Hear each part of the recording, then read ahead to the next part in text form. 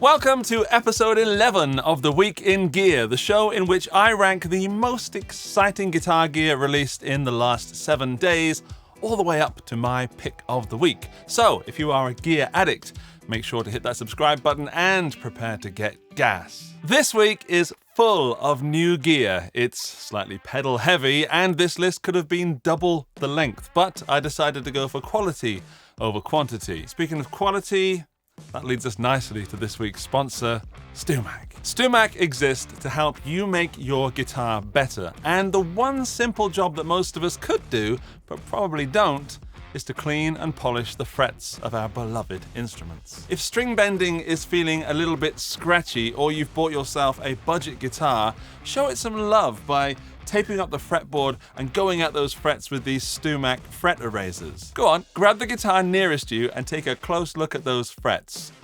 They could be shinier, right? Yeah, I thought so. Shinier frets means a better playing experience, and your strings will thank you.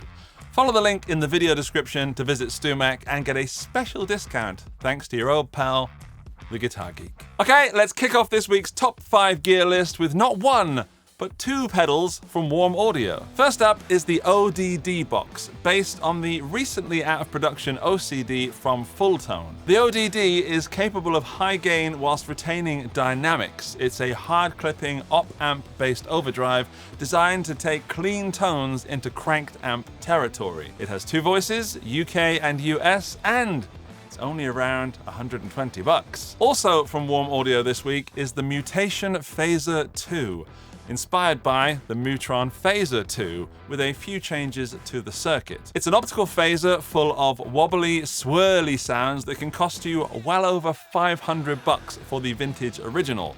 But this modern recreation comes in at under $180. Now, I used to associate Warm Audio purely with microphones and studio equipment, but they seem to be bringing out a fair number of guitar pedals these days. Warm Audio pedals are usually based on out-of-production pedal designs and are on the more affordable side, without being cheap. Now, I've yet to play either of these new pedals, but I have played their Jet Phaser and Foxy Tone, and I've recently recorded a review of their Klon pedal. And if this is anything to go by, I would guess that these new pedals deliver some great sounds at an affordable price. Warm Audio's approach to pedals feels kind of like someone's doing a deluxe Behringer, and I think there's a place in the market for that, and I definitely recommend checking out their pedals. Okay, number 4 this week goes to Harley Benton with their new Powerbar upgrades to their spaceship range of pedal boards. The Powerbars convert the spaceships into wireless battery-powered pedal boards, meaning less wires and more space on the board for pedals. There are 4 models in 3 different sizes, all with lithium batteries that range from 4,500 milliamp hours to 9,000 milliamp hours, with charging times that range from about 1.7 hours to 3.4 hours. Very precise numbers there, Harley Benton. Depending on which model you buy, the Powerbars have from 7 to 11 individually isolated outputs and 4 non-isolated outputs. There's also a USB output to daisy chain further power supplies and a USB-A out for charging phones and tablets. Prices start at €128 for the Powerbar 40B and go up to €158 for the Powerbar 80B. Now, I'm all for this battery-powered pedal boards, and I use one whenever I go to guitar shows. The prices of these new Harley Benton things are phenomenal, and with a little bit of ingenuity, you could attach these Powerbars to pretty much any pedal board or studio setup. For the money, these are very enticing. I just don't know if I could trust a battery-powered pedal board for an important gig, which I know makes no sense, but that's just how it is in my heart. I do, of course, hope to get one of these in for testing, and I will report back on my findings. In at number 3 is the Ampworx Vintage Series, 3 affordable amp-in-a-box pedals from TC Electronics. There's the Jims 45, based on the Marshall 1965 JTM 45,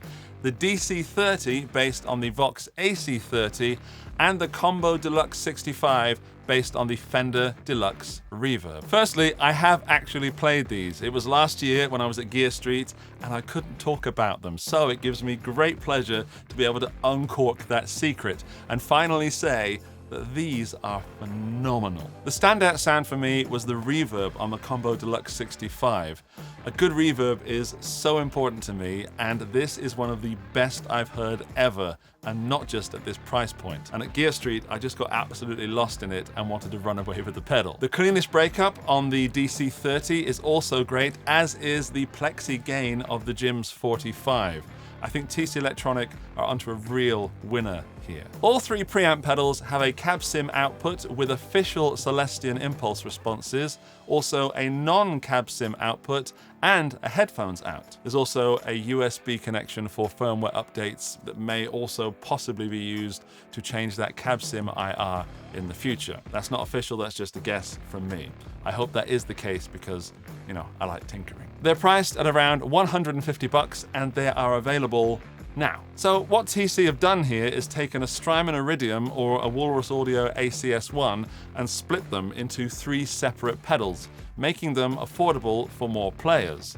They sound great through headphones and take pedals well. Another real benefit is that what you see is what you get. So there's not too much switching or sub-menus or anything, it's all there on the pedal. And although I particularly like the ACS1, the simplicity of these TC pedals really appeals to me. Saying that, it doesn't really make sense to buy all 3 of these because then you'd be in the same price territory as the Strymon and the Walrus. But overall, these pedals are great news for us. If you're not convinced by modelers and you still want real amps, you may need real speakers. So, number 2 this week should excite you. Yes, almost at the top spot this week is a speaker. MojoTone have released their 60-watt British Neo, available in 16 and 8 ohms. These are new cab speakers that have Neo magnets, making them 50% lighter than the usual ceramic-based speakers. Tonally, they're based on the MojoTone vintage BV-25M, which is in turn based on the Celestion Greenback, one of my favorite speakers. Now, it's always hard to judge a speaker without actually playing it, but the demo video makes it seem like we're losing a lot of weight without cutting back on tone. And as a tall man in my 40s, gigging has not been kind on my back, so anything that allows me to play guitar with a reduced risk of having to lie on the floor crying after load-in scores very highly for me. Price is around $180 per speaker, but I have yet to see pricing in Europe. Now, I'm currently using the EL34 St. James from Blackstar as my amp and cab, which have lightweight Celestions based on the V30. And I would love to give the MojoTones a whirl, as I said, the Celestion Greenback is another one of my favorite speakers, but I am reluctant to ever going back to a heavy cab.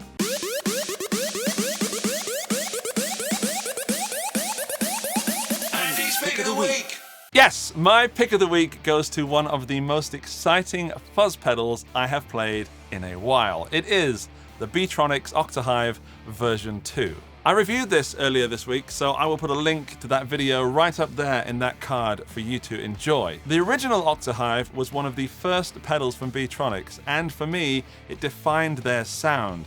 It was inspired by the early octave up pedals of the 1970s, in particular the Tycho Brahe Octavia. Now, Beetronics have updated to V2 to make the box smaller and have added a multi-function foot switch, so you can toggle the octave on and off and use it for momentary effects. This is a high-gain, nasty-sounding box that does gated fuzz and singing leads. Now, while this is not the only fuzz I would want to own, who would only ever want to own one fuzz? If you're after a fuzz that is not exactly vanilla, but not way over the top nutso, it's around 200 bucks, and the Octahive V2 is well worth a look. Okay, that's it for this week. Thank you to stewmac for sponsoring, and if you enjoyed this and you want to be kept up to date on all new guitar gear, go ahead and click there to subscribe. Let us all know what your pick of the week is in the comments section, and as always, links are in the video description for up-to-date pricing in your region. See you next time. Bye-bye.